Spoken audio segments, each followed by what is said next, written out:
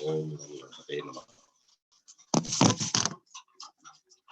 पद्म पुराण सृष्टि खंडम 10वां अध्याय पितृ महात्म्य के अंतर्गत एकोद्दिष्ट श्राद्ध विधान लेप भास्कर पिंड तथा पितृगण निर्णय श्राद्ध के संबंध में कौशिक पुत्र का कथानन। पुरस्त ऋषि कहते हैं, पूर्व में ब्रह्मा ने जो कहा था उस एकोदिष्ट विधि के संबंध में तथा पिता की मृत्यु पर पुत्रगण जिस अशोच का पालन करें वह अब कहता हूँ। शवाशोच ब्राह्मणार्थ 10 दिन, क्षत्रियार्थ 12 दिन, वैश्यार्थ 15 दिन तथा शूद्रार्थ 1 मास का होता है। सभी वर्ण हेतु सपिंड के लिए यह अशोच विधान है। चूड़ा पर्यंत 1 रात तथा चूड़ा कार्यो पर्यंत 3 रात अशोच होगा। अग्नि संचोपरांत अंग स्पर्श विहित है। द्वादशा एक प्रेत को पिंड प्रदान करे, प्रेतपुरी में 12वें दिन जाता है, अतः इस पिंड दान से उसे मार्ग का प्रतिकर पाथ्य मिल जाता है।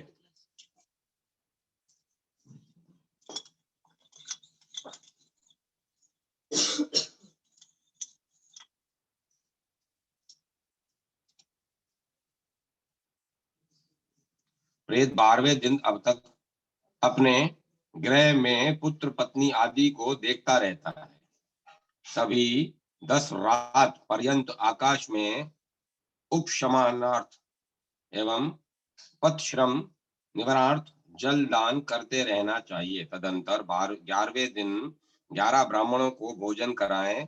गोत्रादि का शुद्ध काशोच होने पर उस अशोच के पर्यंत ब्राह्मण भोजन कराएं।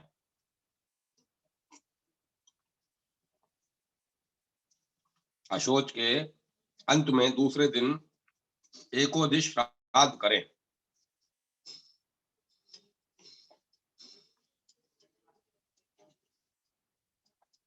इसमें आवाहन, अग्नोकरण अथवा देव पक्ष नहीं होता। इसमें एक पवित्र, एक अर्घ्य तथा एकमात्र एक ही पिंड का विधान है।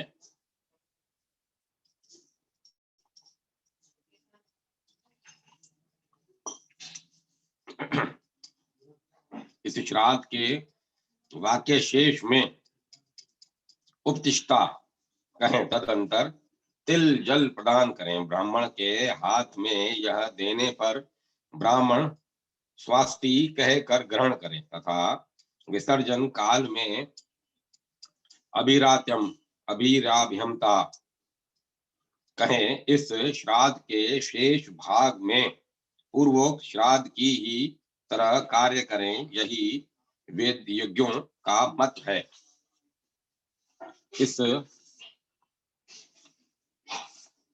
इस विधि के अनुसार प्रति मास श्राद्ध करना होगा।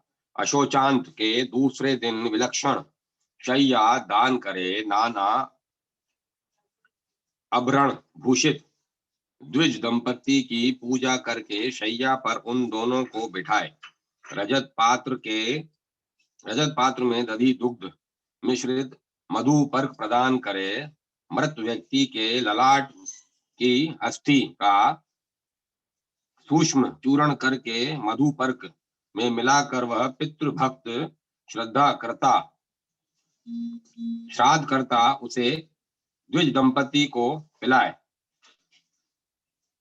यह विधि पर्वतीय श्रेष्ठ ब्राह्मणों के में निर्दिष्ट है, तभी वह विलक्षण शय्या दोष युक्त होती है।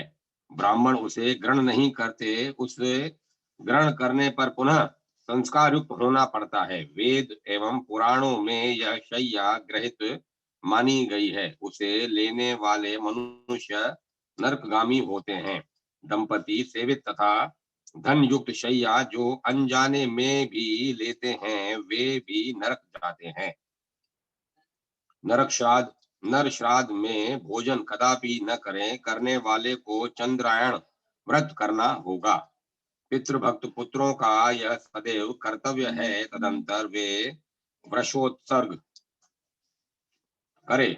इसमें भी शुभा कपिला गोदान कर 1 वर्ष पर्यंत तिल जल समन्वित भक्ष्य भोज्य फल युक्त जल घट भी दान करें। संवत्सर पूर्ण न होने पर सपिंडी करणोपरांत ग्रस्त के वृद्धि कार्यों में प्रेत पार्वण श्राद्ध भागी होता है।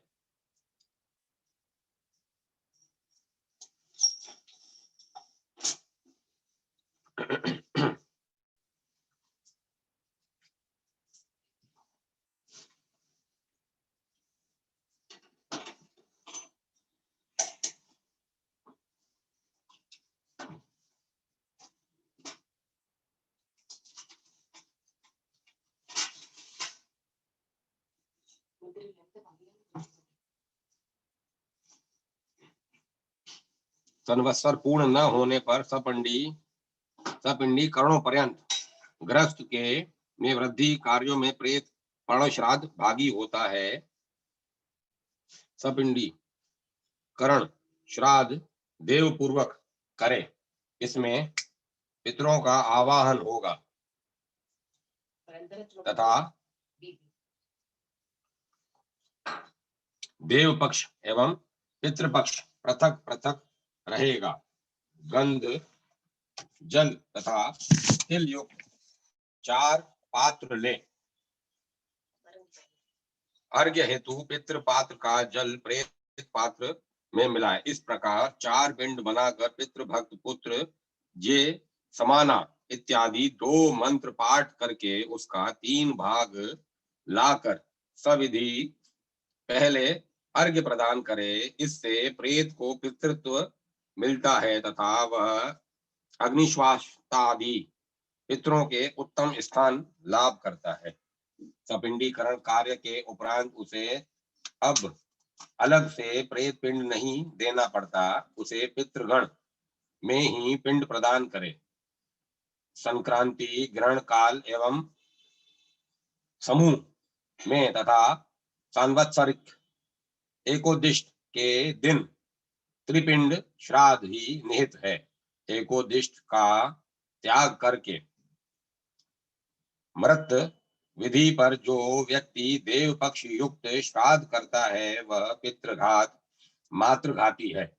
उस तिथि पर पार्वण करने वाला अधोगामी होगा। मृत व्यक्ति की जब प्रेतोत्म मुक्ति उपरोक्त विधि से हो जाए तब विधि वेता श्राद्ध करता उसके उद्देश्य से आम श्रद्ध करे। तब जब उसका पितामहादि 3 पीढ़ी से स्त्री पुरुष से सपिंडीकरण तभी प्रेतात्मुक्त हो पाता है। प्रेतत्व रहित होने पर वह कुश मार्जनीय लेप भागी हो जाता है। वृद्ध प्रपितामह से लगाकर ऊपरी 3 पीढ़ी के पुरुष लेप भागी होते हैं।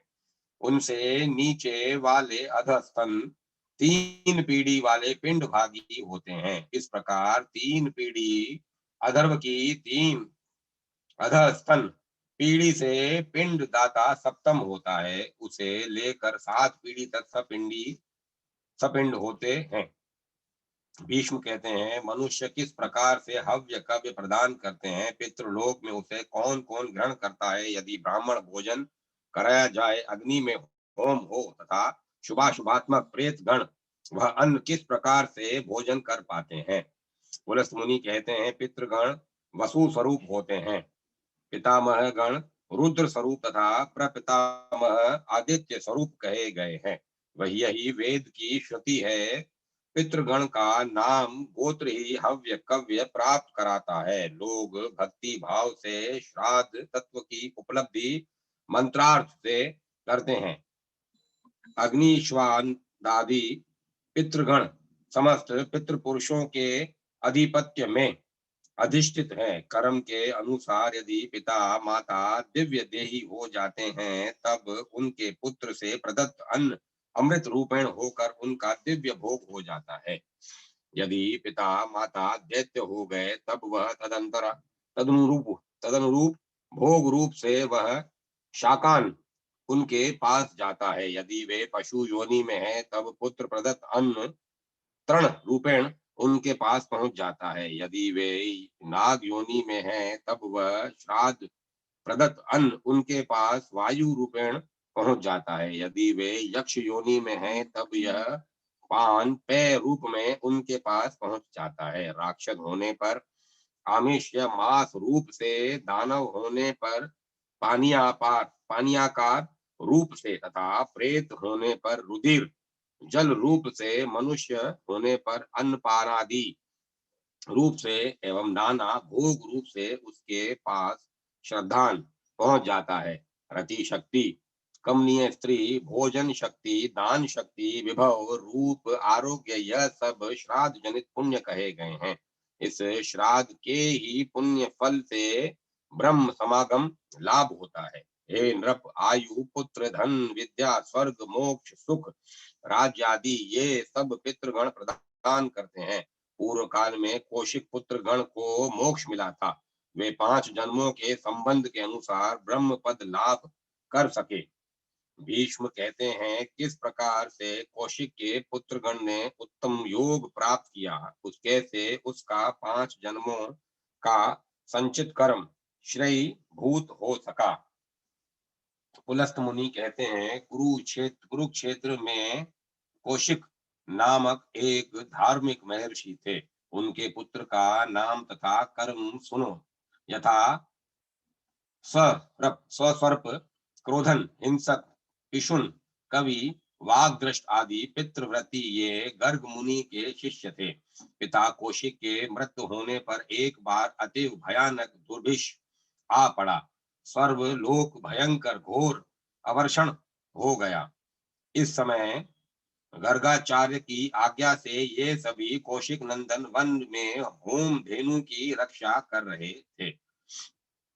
एक दिन क्षुधा से पीड़ित होकर उन्होंने निश्चय किया कि हम इस कपिला गो का ही भक्षण करेंगे। तब उनके कनिष्ठ भ्राता ने कहा, यदि इस कपिला का वध करना ही पड़े तो इसका मांस श्राद्ध कार्य में लगाया जाएगा। श्राद्ध में मांस लगाने पर हमें कोई पातक नहीं होगा। छोटे भाई पितृव्रती का यह कथन सुनकर इन अन्य भाइयों ने उसका अनुमोदन किया। तब कनिष्ठ भ्राता समाहित होकर कपिला मास द्वारा श्राद्ध कार्य में प्रवृत्त हो गए। यथा कर्मेण 2 भाइयों की कल्पना देव कार्यार्थ, 3 की पितृ कार्यार्थ की गई तथा 1 को अतिथि माना गया। अर्थात 2 को देव पक्ष का, 3 को पितृपक्षीय एवं 1 को समागत अतिथि माना गया। कनिष्ठ भाई स्वयं श्राद्ध कर्ता बन गया। उसने श्राद्ध विधि का स्मरण करके भक्ति पूर्वक मंत्रोच्चारण के साथ श्राद्ध कार्य किया। तदंतर अशंकित भाव से उन सब ने गुरु से कहा, व्याघ्र ने धेनु का वध कर दिया, उसके बछड़े को लीजिए। इस प्रकार उन 7 तपोधनों ने गुरु की गौ का भक्षण कर दिया। वे ऐसा क्रूर क्रम करके भी वैदिक बल के कारण निर्भय थे। काल क्रम से वे मृत होकर दशपुर में जन्म लेकर व्याध बने। ये व्याध पूर्व जन्मांतरणीय स्मृति युक्त थे। उनकी पूर्व जन्म की पितृ भक्ति अशुण थी। उन्होंने क्रमशः वैराग का महात्म्य समझा तथा धर्म पथ पर रहकर तीर्थ में लोगों के नेत्र से अगोचर रहकर अनशन व्रताचरण करके प्राण त्याग कर दिया। तदंतर वे कालंजर पर्वत पर 7 मृग के रूप में जन्मे।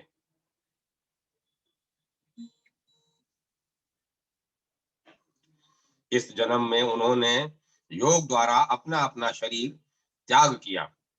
वैराग्य युक्त चित्त रहते उन्होंने भृगुपतन नामक स्थान में प्राण त्याग किया। इसके पश्चात वे 7 योगी मानस सरोवर में चक्रवाक की योनि में जन्मे। क्रमानुसार उनके नाम थे सुमना, कुसुम, वसु, चित्त, दर्शी, सुदर्शी, ज्ञाता तथा ज्ञान पराग। ये 7 भ्राता ज्येष्ठ भ्राता के प्रति अनुरक्त तथा श्रेष्ठ एवं योग पावन थे। इनमें से 3 भ्राता चित्त की चंचलता के कारण योग भ्रष्ट हो गए। एक बार प्रभुत्व बल सैन्य तथा वाहन के साथ महाबली पांचाल राज विराजमान अनु नरपति को स्त्रियों तथा विविध भागों के साथ क्रीड़ा करते देखकर उन जलचारी चक्रवाकों में से एक राजसुख भोग का अभिलाषी हो गया।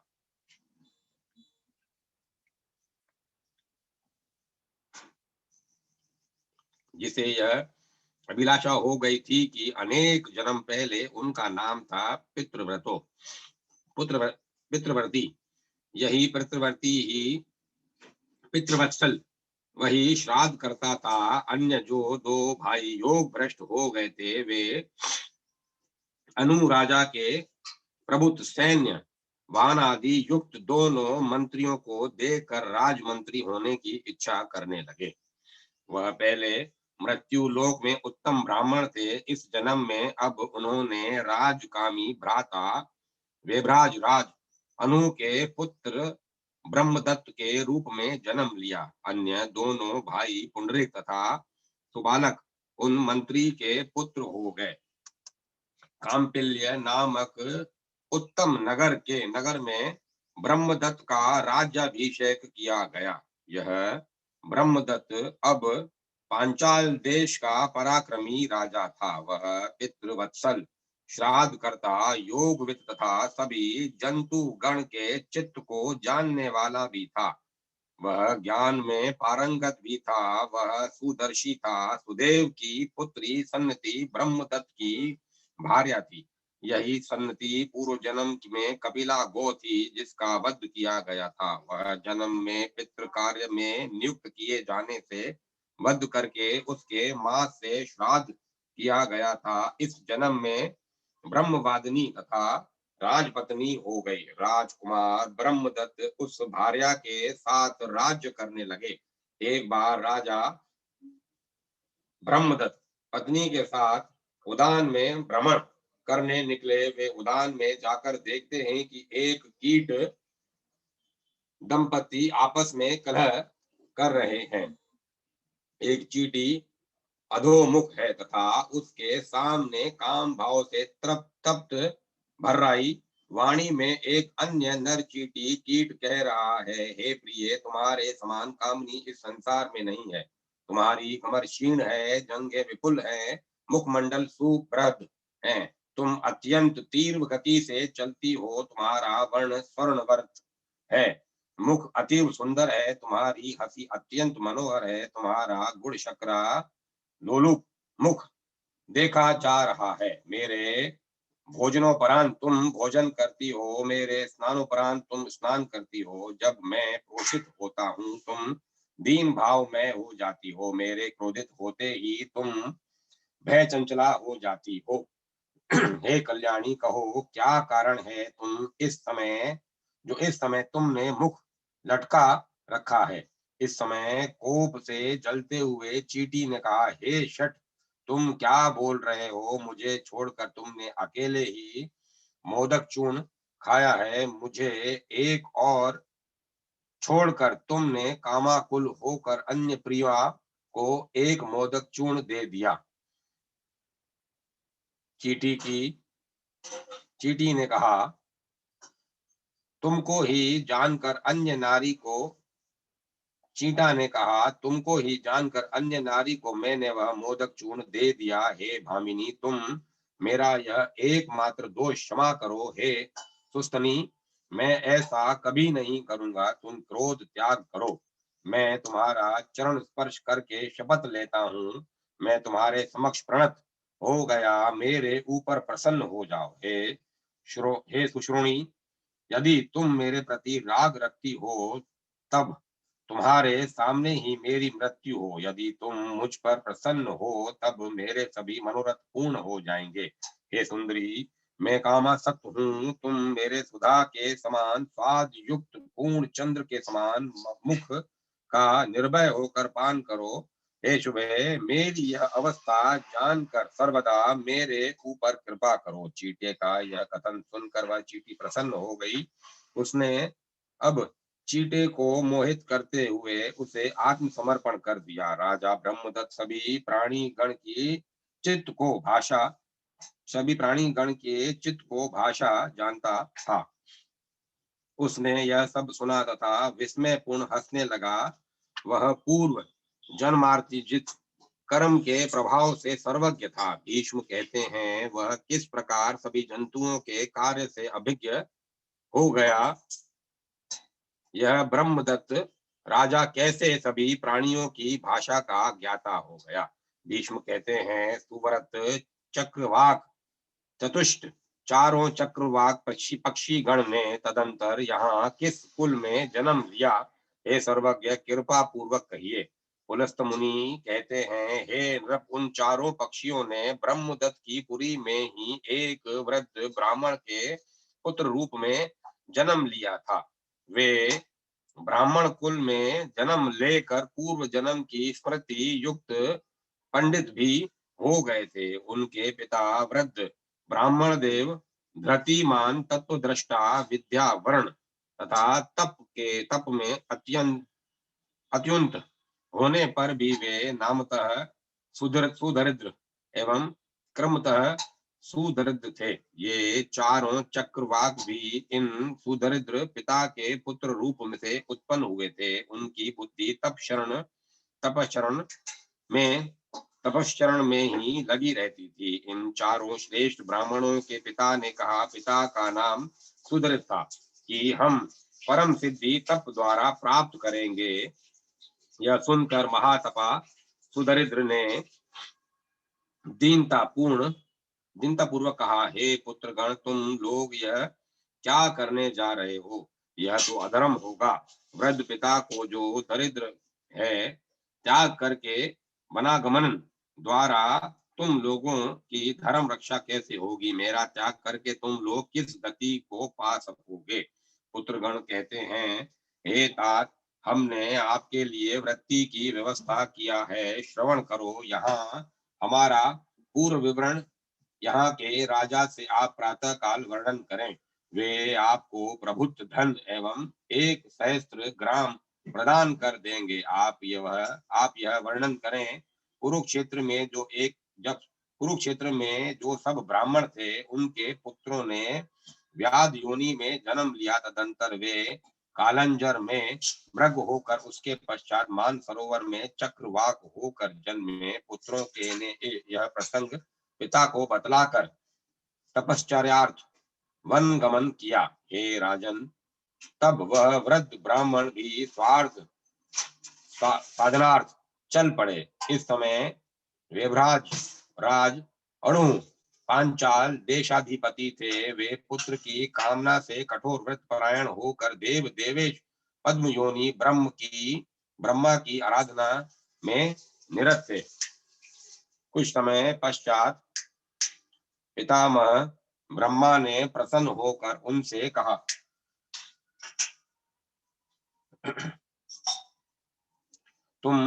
तुम्हारा मंगल हो, तुम मनोवांछित वर मांगो।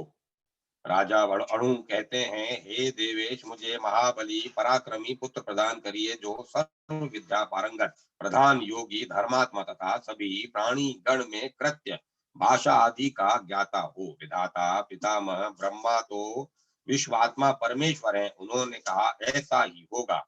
यह कहकर पितामह देव सबके सामने अंतर ध्यान हो गए। तब राजा अणु को यही ब्रह्मदत्त नाम वाला पुत्र उत्पन्न हुआ। वह सभी प्राणियों के प्रति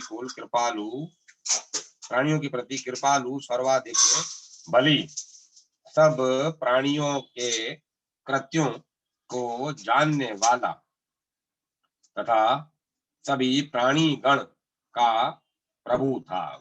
वह योगात्मा था। इसी कारण वहां जहाँ वह चीटी जाति वाले कीट दंपति रमण कर रहे थे, वहां वह राजा चीटी के रूप में विराजित था। तदंतर वह कुछ समय पश्चात जब पत्नी सन्निधि के ने राजा ब्रह्मदत्त को विस्मित एवं हंसते देखा, तब आशंकित होकर उसने राजा से प्रश्न किया।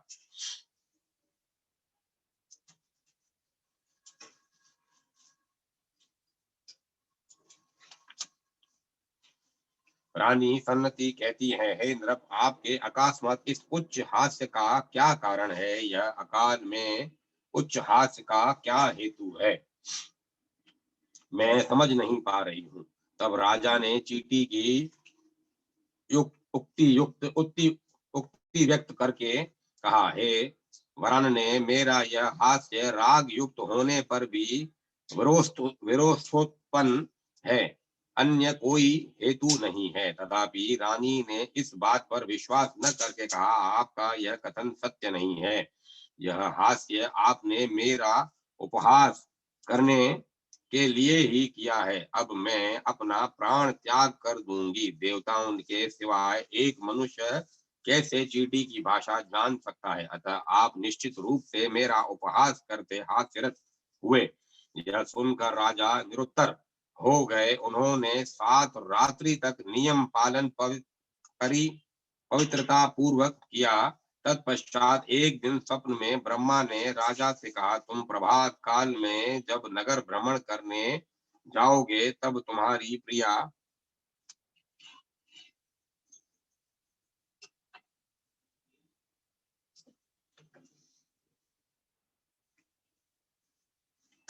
प्रिया एक वृद्ध ब्राह्मण की बातों से सभी तथ्यों को जान लेगी। यह कहकर ब्रह्मा अंतर्हित हो गए तथा प्रभात काल में राजा भ्रमणार्थ निकल पड़े। राजा ने पत्नी सहित तथा मंत्रियों के साथ भ्रमणार्थ बाहर आने पर वचन मात्र से वृत्ति पाने के इच्छुक ब्राह्मण को आते देखा। वे ब्राह्मण यह कह रहे थे, वृद्ध ब्राह्मण कहते हैं, जो अरु जांगल वासी विप्र श्रेष्ठ थे,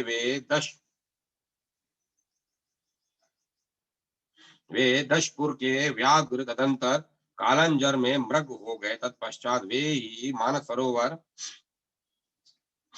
के में 7 चक्रवाक हो गए। वे सिद्धगण इसी पुरी में निवास कर रहे हैं। ब्राह्मण का यह वचन श्रवण करते ही राजा शोक से भूपतित हो गए। तत्क्षण उनको जाति स्मरता पूर्व जन्म की स्मृति प्राप्त हो गई। उनके दोनों मंत्री पुत्रों में से एक मंत्री पुत्र काम शास्त्र प्रणोता तथा सर्वशास्त्रविद था। उसका नाम था वाभ्रव्य। सुबालक, उसने पांचाल नाम से सर्वलोकों में प्रसिद्धि लाभ किया। अन्य पुत्र पौंड्रिक नाम वाला तथा धर्मात्मा एवं वेद शास्त्र प्रवर्तक था। ये दोनों मंत्री पुत्र भी जाति समर होकर तत्काल भूपतित हो गए। वे विलाप करने लगे। वे विलाप करते कह रहे थे, आहा, हम कामत धर्म भ्रष्ट हो गए थे, अब जाकर हम कर्म बंधन से छूट सके। यह विलाप करते दोनों मंत्री पुत्र तथा राजा ब्रह्मदत्त ने, ये तीनों पूर्व जन्म के भ्राता जो योग पारंगत थे, विस्मय से पुनः पुनः श्राद्ध की महिमा का वर्णन कीर्तन करने लगे। उस समय ब्रह्मदत्त राजा ने उस ब्राह्मण को प्रचुर धन एवं ग्रामों को प्रदान किया। उन ब्राह्मणों को विदा करके ब्रह्मदत्त ने विश्वक्सेन नामक अपने पुत्र को राज्य पर अभिषिक्त किया। यह पुत्र राज्य लक्षण युक्त था। तदंतर ब्रह्मदत्तादि पितृ युक्त योगी प्रवरगण मानसरोवर की ओर जाने लगे। तभी प्रसन्न चित्त रानी सन्निधि ने ब्रह्मदत्त से कहा, हे राजन, आपने जो योग फल इस समय प्रत्यक्ष किया वह सब मैंने ही आपको दिखाया है, अर्थात मेरे उपालंब के कारण ही आप यह सब देख सके। राजा ने भी रानी की बात का अभिनंदन करते कहा, हाँ, यह तुमने ही दिखाया है, तुम्हारी कृपा से ही मैंने यह प्राप्त किया। तत्पश्चात वे सभी वनवासी हो गए। वहां योग मार्ग द्वारा उन्होंने तप बल से रंध्र द्वारा प्राण वायु को निकाला तथा परम पद लाभ किया। इस प्रकार से पितृगण परितुष्ट होकर मनुष्यों को आयु, धन, विद्या, स्वर्ग, मोक्ष, सुख, पुत्र, राज्य देते हैं। हे नृप, यह ब्रह्मदत्त प्रसंग युक्त पितृमातम्य व्यक्ति ब्राह्मणों को श्रवण कराए अथवा स्वयं सुने कि वह पाठ करे, ऐसे व्यक्ति करोड़ों कल्प काल तक ब्रह्मलोक में विहार करता है। 10वां अध्याय समाप्त। अब मैं कथा वहीं विराम देता हूँ। अब आप लोग भजनों का आनंद लें।